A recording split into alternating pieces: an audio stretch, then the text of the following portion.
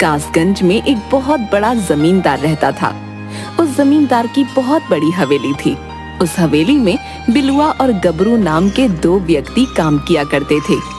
बिलुआ स्वभाव से चतुर और मक्कार किस्म का व्यक्ति था, तो वहीं गबरू एक बेवकूफ छोटे कद का बहुत भोला व्यक्ति था।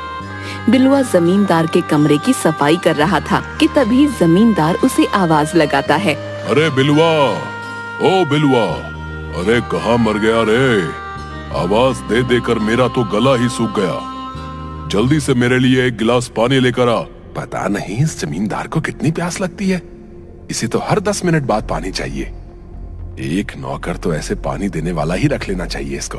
है बिलुआ, कहाँ मर गया रे? जल्दी आ। जी मालिक, बस अभी आया। बिलुआ तुरंत एक गिलास पानी लेकर जमींदार के कमरे में पहुंच गया, मगर उसने देखा जमींदार पानी पी रहा था। मालिक, जब आपके पास पानी था तो आपने मुझसे क्यों मंगाया? बेवकूफ कहीं के, तुझे आवाज लगा लगा कर मेरा गला सूख गया। मुझे फिर गबरू को आवाज लगानी पड़ी। बिलुआ गबरू को गुस्से से देखता हुआ बड़बड़ाता हुआ वहाँ से चला गया। वो अंदर ही अंदर गबरू से बहुत जलता था। इस गबरू ने तो मेरा जीना हराम कर रखा है। हमेशा मुझे जमींदार के सामने बेइज्जत करने का बहाना ढूंढता रहता है। एक बार मौका मिला तो इसे अच्छा सबक सिखाऊंगा। शाम को बिलुआ अपना जल्दी जल्दी काम खत्म करके वहाँ से चल दिया। रास्ते में बिलुआ को कनुआ नाई मिल गया। अरे क्या हाल है बिलुआ भैया? आज कैसे गुस्से में चले जा रहे हो? लगता है जमींदार ने आज तुम्हें फिर से खरी खोटी सुना दी है। तुम्हें क्या कनुआ भैया, तुम अपने काम से काम रखो। वो तो सब ठीक है बिलुआ भैया, लेकिन यहाँ इस तरफ काहे को जा रहे हो? तुम्हारा घर तो दूसरी तरफ पड़ता है ना। तुम्हें इससे क्या मतलब है? तुम्हारी जासूसी करने की आदत नहीं जाती। मैं जानता हूँ जरूर चंपा से मिलने जा रहे होगे। अभी अभी उसे ही मैंने देखा था पेड़ के पास। जब सब कुछ जानते ही हो तो पूछना जरूरी है। हम तेरे गांव के तुम्हारे शुभ चिंतक, किसी दिन चंपा के पिता को तुम्हारे बारे में पता लग गया ना तो तुम्हारी चप्पलों से पीट पीट कर हालत खराब कर देंगे, बता रहे हैं। हाँ, अरे ऐसा बिल्कुल नहीं होगा। मैं तुम्हें एक राज की बात बताता हूँ बिलुआ भैया। चंपा का चक्कर तुमसे नहीं बल्कि गांव के ही रईस जादे बिल्लू से भी चल रहा है। वो सिर्फ तुम्हें बेवकूफ बना रही है, बेवकूफ। वो तुमसे विवाह नहीं करेगी, बता रहे। कनुआ नाई की बात पर बिलुआ बुरी तरह से झुंझला गया। अरे वो मुझसे विवाह करे या ना करे, है तुम्हें इससे क्या? तुम अपने काम से काम क्यों नहीं रखते भैया? अब रास्ता छोड़ो मेरा, जाने दो मुझे। कनुआ नाई ने हंसते हुए उसका रास्ता छोड़ दिया और बिलुआ सीधा एक पेड़ के पास पहुंच गया, जहाँ पर चंपा उसका इंतजार कर रही थी। 1 घंटे से तुम्हारा इंतजार कर रही हूँ बिलुआ, और तुम अब आए हो जब मेरा घर जाने का टाइम हो गया है। अरे बड़ी मुश्किल से तो आया हूँ, वरना उस जमींदार का बस चले तो मुझसे 24 घंटे काम करवाए। बहुत बहाने हो गए। पहले ये बताओ, तुमने आज मुझसे वादा किया था तुम मुझे 9 लखा हार पहनाओगे। कहाँ है मेरा 9 लखा हार? तेरा दिमाग ठीक है चंपा? 9 लखा का हार तो तू ऐसे मांग रही है जैसे कि बाजार में 4-5 रुपए का बिकता हो। मुझे कोई मतलब नहीं बिलुआ, मुझे 9 लखा हार चाहिए, फिर चाहे तुम चोरी करके लाओ कि डाका डाल के। तू अच्छी तरह से जानती है चंपा कि मैं जमींदार के यहाँ पर काम करता हूँ, मैं कोई जमींदार नहीं हूँ। ठीक है, सोच लो। मेरे पीछे गांव का बिल्लू भी पड़ा हुआ है। मैंने तो सुन रखा है कि वो मेरे लिए 9 लखा हार भी लेकर आ गया है। 3 दिन की मोहलत देती हूँ तुम्हें। अगर 3 दिन में तुम हार लेकर नहीं देते हो ना तो मैं बिल्लू से शादी करने की हामी भर दूंगी। हाँ। इतना कहकर चंपा वहाँ से चली गई और बिलुआ सर पर हाथ रखकर बैठ गया। अरे अब इसके लिए 9 लखा का हार कहाँ से लेकर आऊं? तभी बिलुआ को गबरू आता दिखाई दिया। अबे कहाँ जा रहा है? इधर जंगल की तरफ है? मैं तो अक्सर खाना खाने के बाद जंगल की तरफ ही टहलने निकल जाता हूँ। सुबह जमींदार के सामने तो बड़ा आकर दिखा रहा था। जब उन्होंने मुझसे पानी मंगाया था तब तुझे क्या जरूरत थी उनके लिए पानी लाने की? उन्होंने मुझसे जब पानी मंगवाया तो क्या मैं उसे मना कर देता? आखिरकार मैं उनके यहाँ पर काम करता हूँ, वो मुझे तनख्वाह देते हैं। चुप कर, बड़ा जमींदार का चमचा बना फिरता है। भगवान ने तो तुझे ना शक्ल दी अच्छी है और ना ही सूरत। एक तो तू काला, ऊपर से नाटा भी। पता नहीं जमींदार ने तुझमें ऐसा क्या देख लिया जो तुझे काम पर रख लिया है। बिलुआ की बात सुनकर गबरू उदास हो गया। अगर भगवान ने मुझे ऐसा बनाया है तो इसमें मेरी क्या गलती है। बिलुआ, भगवान कोई भी चीज बुरी नहीं बनाते, और जमींदार ने मुझे मेरी ईमानदारी और मेहनत देखकर काम पर रखा है, समझे? तो कहना चाहता है कि मैं ईमानदार नहीं हूँ? मैंने ऐसा तो नहीं कहा। तुम ही मेरी हमेशा बुराई करते रहते हो, मेरे खिलाफ जमींदार के कान भरते रहते हो। मैं तो तुमसे कोई मतलब नहीं रखता। मैं तो किसी से भी नहीं बोलता कि तुम यहाँ चोरी छुपे सुखिया चाचा की बेटी चंपा से मिलने आते रहते हो। अच्छा, तो तुझे ये जलन है कि मैं चंपा से प्यार करता हूँ और तुझे चंपा घास तक नहीं डालती है? मैं तो ऐसा सोचता भी नहीं।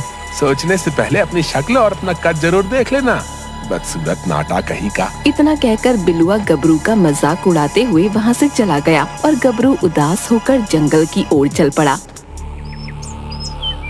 अगले दिन गबरू जमींदार के यहाँ काम पर चला गया और बिलुआ अभी तक काम पर नहीं आया था। गबरू हवेली के फर्श पर पोंछा लगा रहा था कि तभी जमींदार की पत्नी आशा गबरू के पास आकर बोली, अरे गबरू, जरा इधर तो आओ, तुमसे एक बहुत जरूरी काम है। जी मालकिन, अभी आया। मैं बिलुआ का इंतजार कर रही हूँ, लेकिन लगता है वो तो नहीं आएगा। सुनो, ये सोने का हार है, पूरे 25 तोले का है। इसे गांव जाकर सुरेश सुनार को दे आओ, और सुनो, संभाल कर ले जाना। मालकिन, ये तो बहुत महंगा है। तुम्हें गिफ्ट नहीं कर रही हूँ, इस हार का कुंडल टूट गया है। मैंने सुरेश से बात कर ली है, उसको बोल दिया है कि तुम्हें भेज रही हूँ मैं इसी के साथ। इतना कहकर जमींदार की पत्नी वहाँ से चली गई और बिलुआ ये सब कुछ चुपके से देख रहा था। तभी जमींदार के चीखने की आवाजें आने लगीं। बिलुआ, बिलुआ, कहाँ मर गया तू? जल्दी से मेरे लिए एक गिलास पानी लेकर आ। मगर बिलुआ ने उसकी बात को अनसुना कर दिया, क्योंकि बिलुआ जानता था कि कुछ देर बाद जमींदार गबरू को आवाज लगाएगा और बिलुआ के दिमाग में कुछ और ही चल रहा था। अरे गबरू, ये बिलुआ पता नहीं कहाँ मर गया, तू ही मेरे लिए एक गिलास पानी ले आ। जमींदार की आवाज सुनकर गबरू जैसे ही जमींदार की ओर कमरे में बढ़ा, तभी बिलुआ उसके सामने आ गया।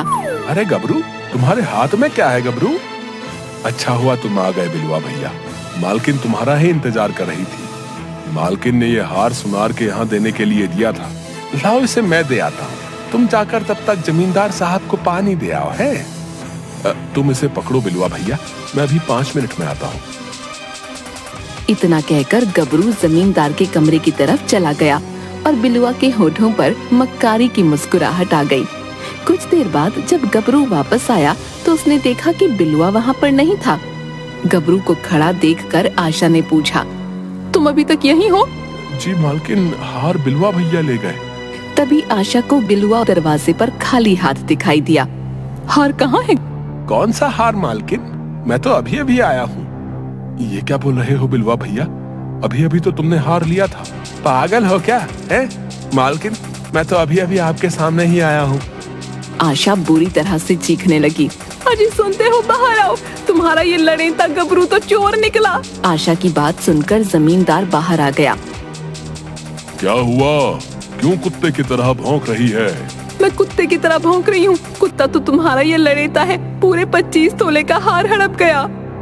मैंने कुछ नहीं किया मालिक, मैंने वो हार बिलुआ भैया को दिया था। लेकिन मालिक, मैं तो अभी अभी मालकिन के सामने आया हूँ, चाहे तो मालकिन से पूछ लो। बिलुआ सही कह रहा है। मक्कार नाटी, एक तो तुझे काम पर रखा, ऊपर से तूने मेरे ही घर चोरी कर ली। मेरी बात का यकीन कीजिए। तभी जमींदार ने अपने 4-5 गुंडे बुला लिए और उनकी ओर देखकर बोला, मारो इसको। उन सब ने गबरू को बुरी तरह से पीट डाला। ये देखकर बिलुआ बहुत खुश हो रहा था। कल तक 25 तोले का हार अगर मेरे पास नहीं आया तो तेरे घर वालों को धक्के देकर तेरे घर से बाहर निकाल दूंगा और तेरे घर पर कब्जा कर लूंगा। गबरू रोता हुआ चुपचाप जंगल की ओर चला गया। वो जंगल के तालाब किनारे बैठा रो रो कर अपने आप से बातें करने लगा। 25 तोले का हार मैं जमींदार को कहाँ से ला कर दूं? एक तो गांव वाले वैसे भी मुझे बदसूरत और नाटा कहकर चिढ़ाते हैं, ऊपर से कल जमींदार मेरे घर वालों को घर से बाहर निकाल देगा तो मैं क्या करूंगा? मेरे जिंदा रहने का कोई हक नहीं है। इतना कहकर गबरू उस तालाब से छलांग लगाने ही वाला था कि तभी उस तालाब से एक धुआं उठा और एक बेहद भयानक चेहरे वाली चुड़ैल उसके सामने आ गई। चुड़ैल को देखकर गबरू बिल्कुल नहीं डरा। ये देखकर चुड़ैल को बड़ा आश्चर्य हुआ। ये तालाब मेरा है, मुझे देखकर अच्छे अच्छों की सिट्टी पिट्टी गुम हो जाती है। तुझे डर नहीं लग रहा? नहीं, क्योंकि तुमसे ज्यादा बदसूरत तो मैं हूँ। मुझे तुमसे डर क्यों लगेगा? किसने कहा कि तू मुझसे ज्यादा बदसूरत है? गाँव वालों ने। चुड़ैल अपनी आंखें बंद कर लेती है और अपने जादू के जोर से गबरू के साथ हुई घटना को देख लेती है। तो तू मरना चाहता है? हाँ, मेरे जीने का कोई मकसद नहीं। एक काम करो, तुम ही मुझे मार दो। नहीं, पहले इस तालाब में एक डुबकी लगा। डुबकी लगाने से ही तेरी मौत हो जाएगी।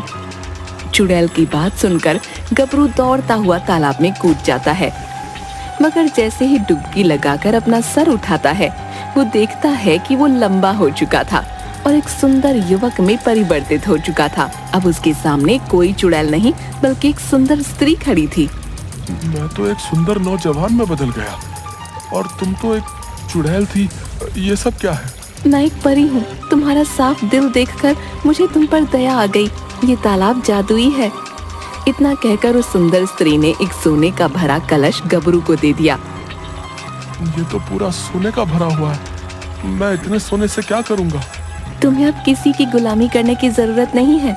इस सोने से तुम जमींदार का कर्ज चुका देना।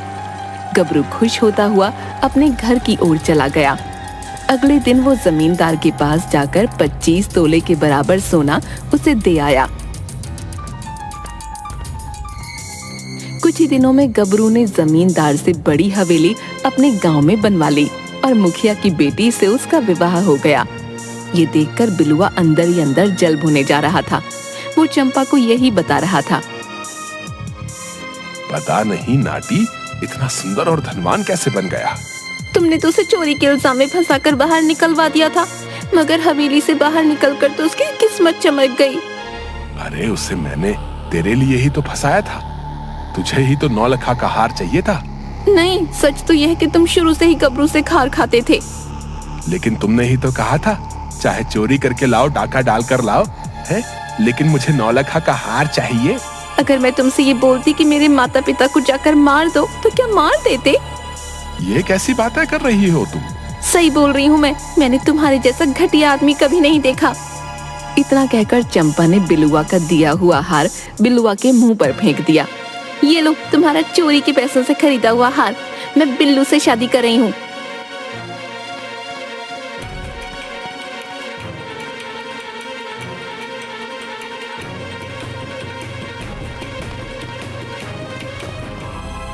बिलुआ, तो वो तू है जिसने गबरू जैसे अच्छे इंसान पर गलत इल्जाम लगाकर उसे जलील करवाया।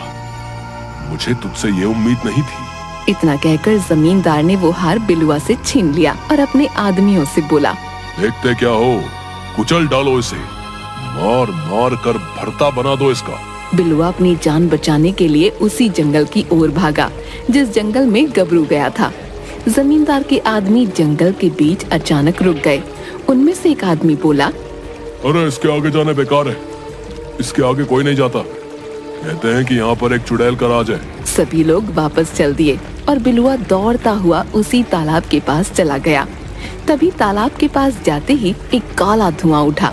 उसमें से एक भयानक शक्ल वाली चुड़ैल निकलकर बाहर आ गई। मेरे तालाब के पास तू क्या कर रहा है? बिलुआ चुड़ैल को देखकर पूरी तरह से घबरा गया। चुड़ैल ने अपनी आंखें बंद करके बिलुआ के बारे में सब कुछ जान लिया। अचानक वो सुंदर स्त्री के रूप में परिवर्तित हो गई। ये देखकर बिलुआ बहुत हैरान रह गया। कौन है आप?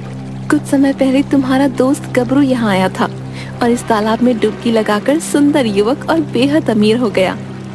अच्छा, तो इसका मतलब उसके सुंदर और अमीर होने का ये राज है। अगर मैं भी इस तालाब में डुबकी लगाऊं तो क्या मैं भी अमीर और सुंदर हो जाऊंगा?